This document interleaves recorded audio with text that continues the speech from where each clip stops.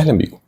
ازاي تسعر منتجاتك او خدماتك صح؟ النهارده هنتكلم عن واحده من اهم المهارات اللي لازم اي صاحب بزنس يكون متمكن منها، وهي التسعير.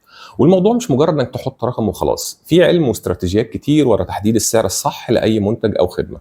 خليني ابدا معاك باول استراتيجيه، وهي التسعير القائم على التكلفه Cost Plus Pricing.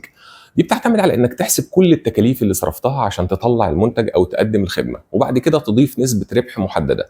مثال بسيط: لو تكلفة إنتاج منتج معين هي 100 جنيه وعاوز تضيف ربح 20%، يبقى السعر النهائي هيكون 120 جنيه. دي استراتيجية سهلة وبسيطة جدا، لكنها مش دايما الأفضل، لأنها ممكن ما تاخدش في اعتبارها عوامل تانية زي المنافسة أو القيمة المضافة للعميل. نيجي بقى للاستراتيجية التانية، وهي التسعير على أساس القيمة Value Based Pricing. ودي بتعتمد على انك تسعر المنتج بناء على القيمه اللي بيقدمها للعميل. يعني لو منتجك بيوفر حاجه مميزه جدا او بيحل مشكله كبيره جدا عند العميل، ممكن ترفع السعر لان العميل هيكون مستعد يدفع اكتر.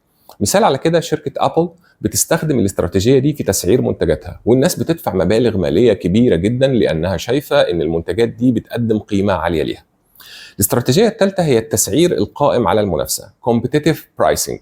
هنا انت بتشوف المنافسين بيبيعوا بنفس المنتج او الخدمه بسعر قد ايه، وبتحدد سعرك بناء على كده. لو المنافسه شديده ممكن تضطر تنزل بالسعر علشان تجذب عملاء اكتر، لكن لو منتجك مميز عن باقي المنافسين ممكن تسعر اعلى منهم. مثال على كده هو سوق السلع الالكترونيه اللي المنافسه فيه كبيره جدا. كمان عندنا التسعير النفسي Psychological Pricing. بيستخدموا بعض البائعين علشان يخدعوا دماغ العميل، زي انك تلاقي مثلا منتج بسعر 99 جنيه بدل 100 جنيه.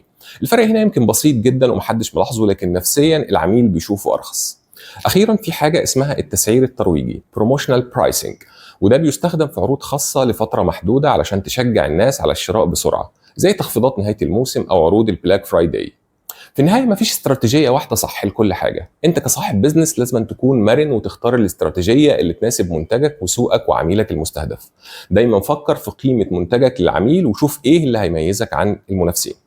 لو لسه عندك تساؤلات تاني عن التسعير او عايز تعرف اكتر عن اي استراتيجيه، اكتب لي في التعليقات، وما تنساش تعمل لايك وفولو علشان يوصلك كل الفيديوهات الجايه. دمتم بسعاده.